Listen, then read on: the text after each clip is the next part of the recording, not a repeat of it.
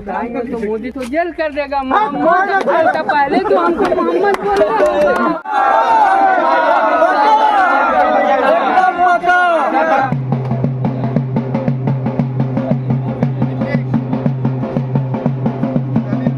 जानने की कोशिश कर रहे थे कि सिकंदरा विधानसभा का क्या माहौल है, तो उसी में मुझे जो है ना AIMIM से जो प्रत्याशी है मनोज कुमार दास जी जो है ना अपना कैंपेनिंग चला रहे थे। मोहल्ले गांव में लोगों से डोर टू डोर जा करके अपना जो है ना विचारों को रख रहे थे, साझा कर रहे थे, बातचीत कर रहे थे और अपने पक्ष में वोट करने की अपील कर रहे थे।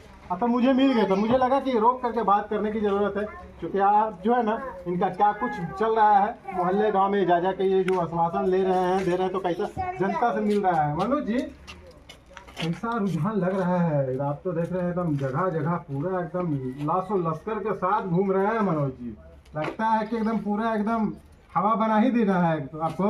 अच्छा लग रहा है तो जनता से भेंट कर रहे हैं, अच्छा रिस्पॉन्स मिल रहा है कि अवर जो है पतंग सबको उड़ाना है।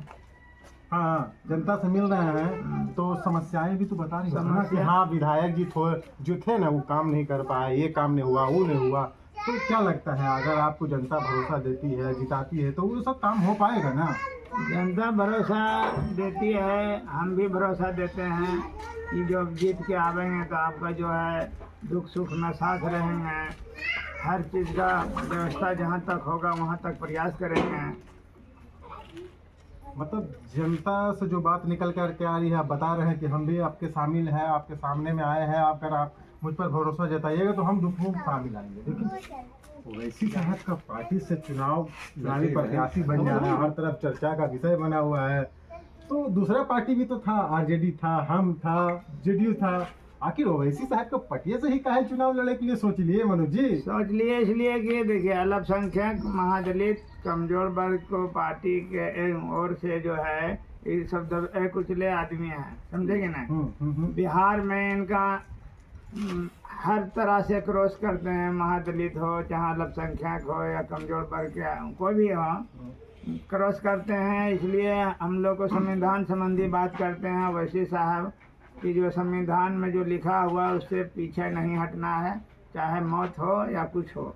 लेकिन संविधान संबंधी जैसे उदाहरण में देते, जैसे डॉक्टर भीमराव अम्बेडकर आज से कुछ दिन पहले थे, संविधान बनाने के काम किए, उसी तरह से बैरिस्टर असदुद्दीन साहब जो बिहार में या भारत में जो है नाम उजागर करने का काम कर रहे हैं, हर जनता को, हर महादलित को, अल्पसंख्यक को जगाने के काम कर रहे हैं।